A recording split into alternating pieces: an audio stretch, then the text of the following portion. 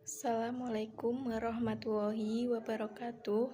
Saya akan mempresentasikan materi tentang bahasa Indonesia yang baik dan benar. Apa itu bahasa Indonesia yang baik dan benar? Mari kita simak video berikut ini.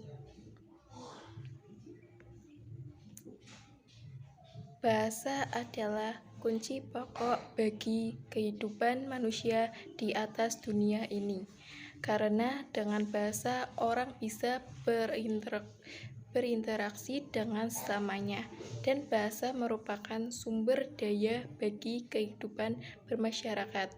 Adapun bahasa dapat digunakan apabila saling memahami atau saling mengerti. Erat hubungannya dengan penggunaan sumber daya bahasa yang kita miliki.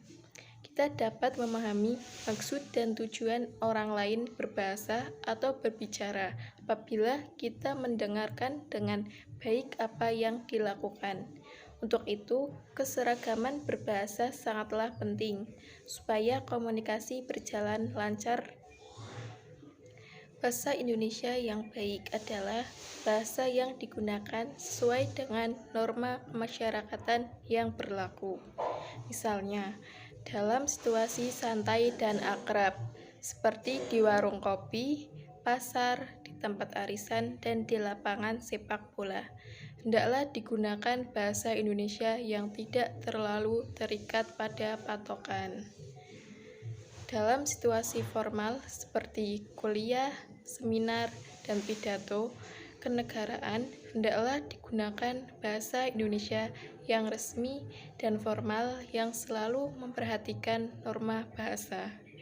Sedangkan bahasa Indonesia yang benar adalah bahasa Indonesia yang digunakan sesuai dengan aturan atau kaidah bahasa Indonesia yang berlaku.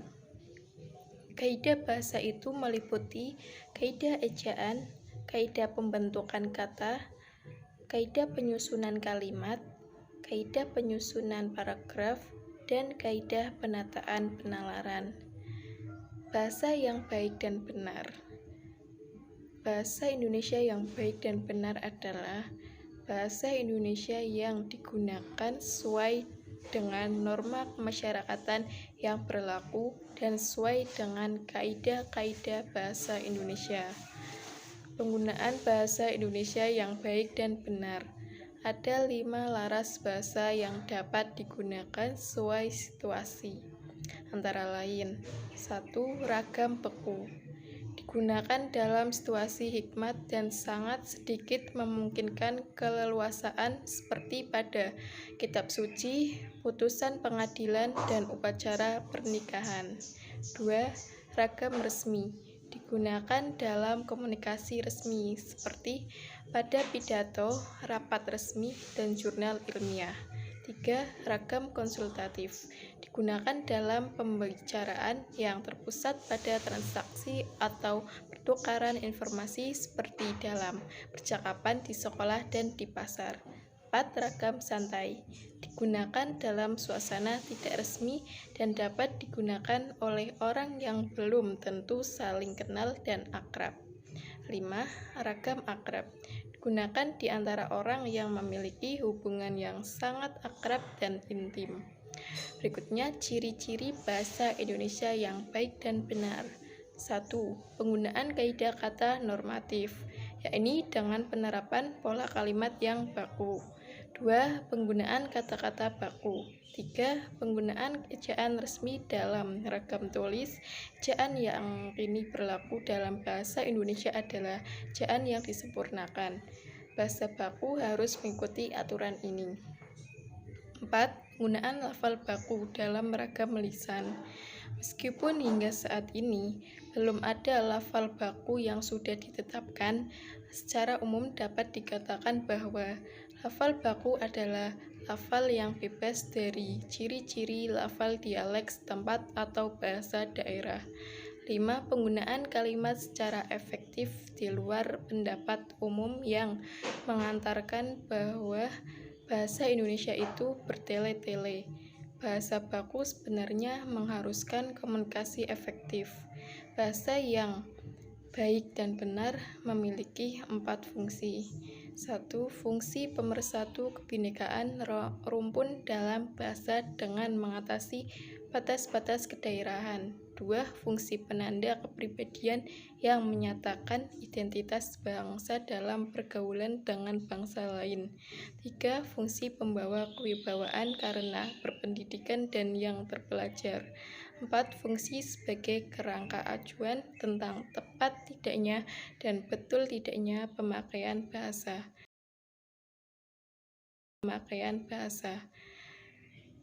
Manfaat berbahasa Indonesia yang baik dan benar. Bahasa Indonesia akan tetap lestari.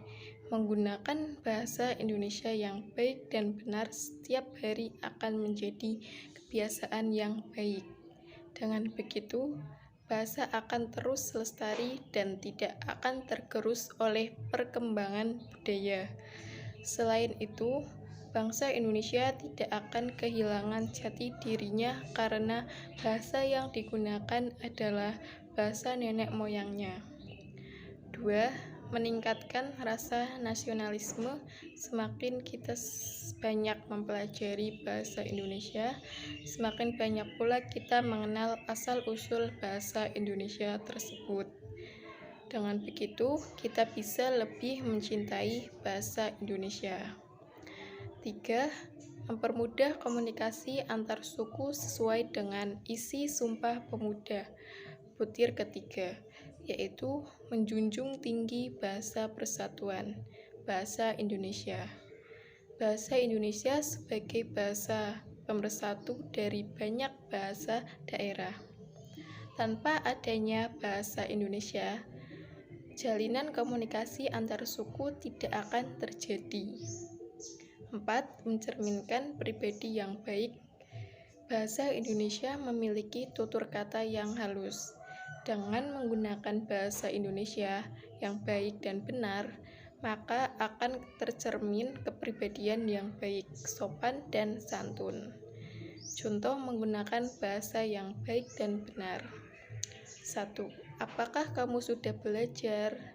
2. Di sini tempat pembuangan sampah.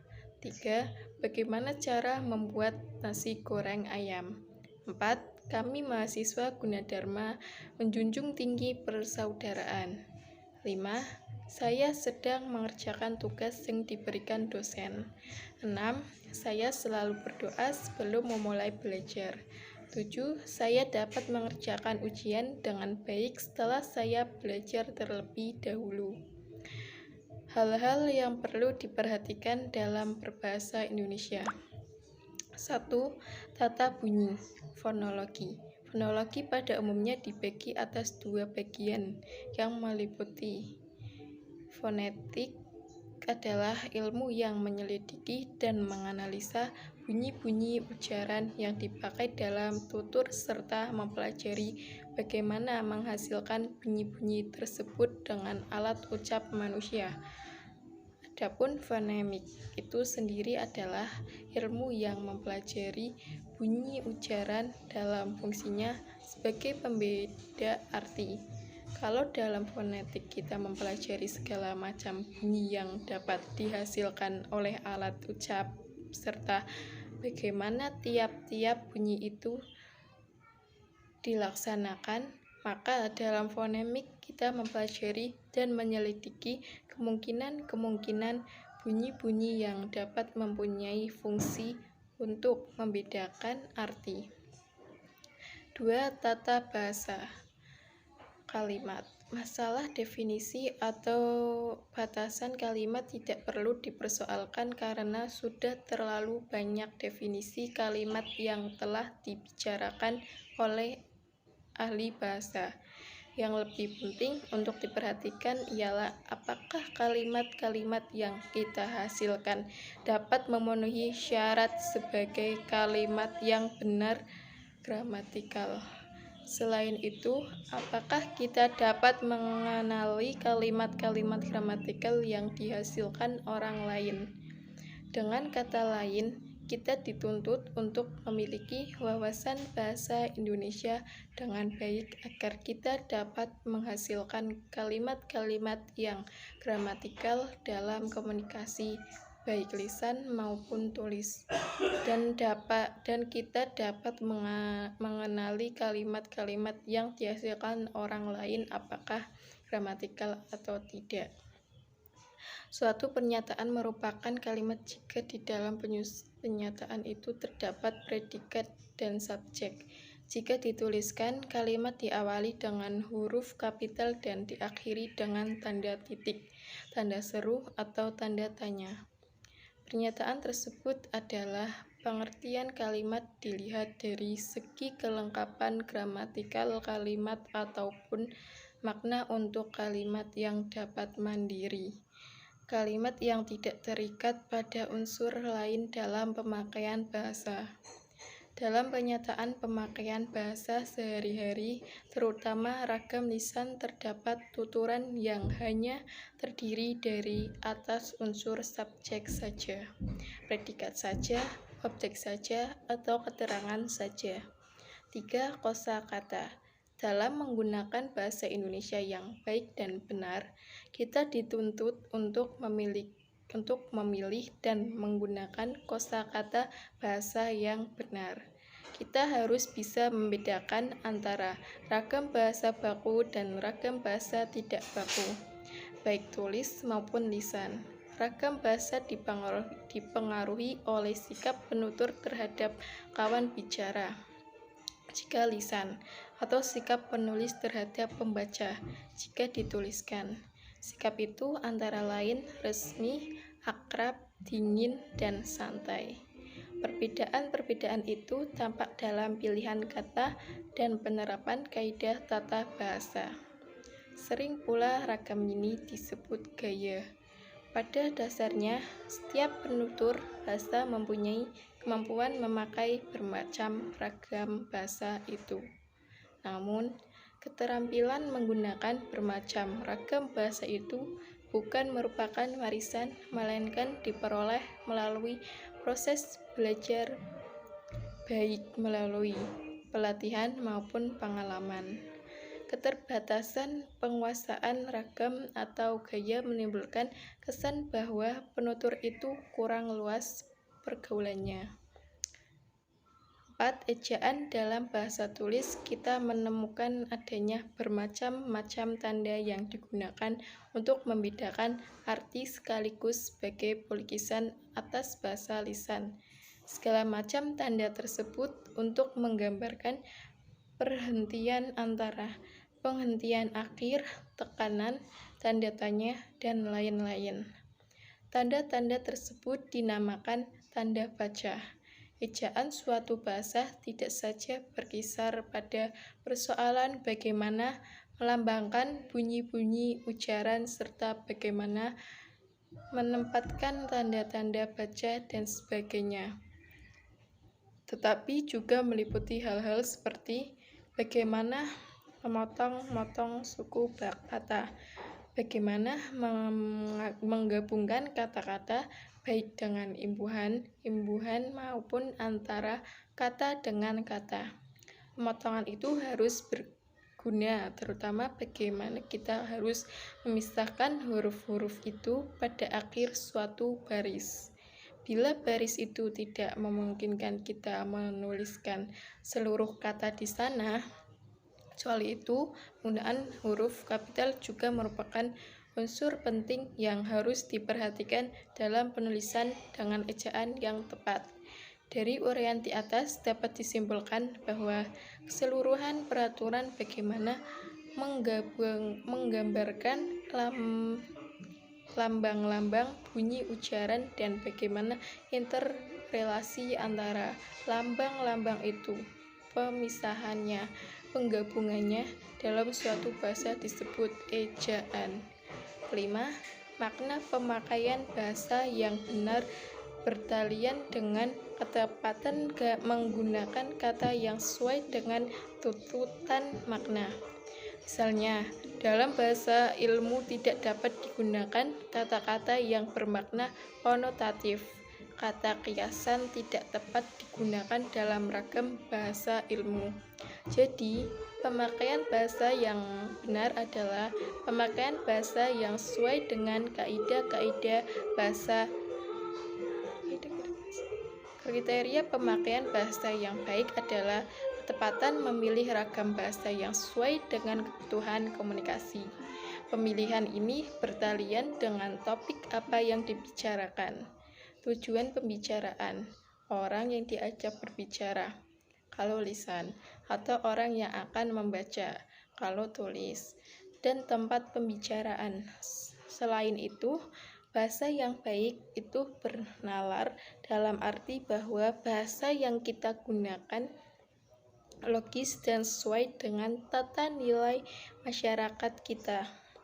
Pemakaian kata dan kalimat kata yang dipakai dalam bahasa Indonesia adalah kata yang tepat dan serasi serta baku.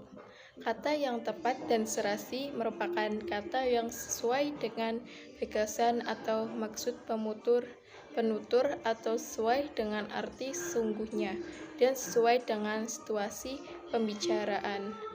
Seperti sesuai dengan lawan bicara, topik pembicaraan, ragam pembicaraan, dan lain sebagainya.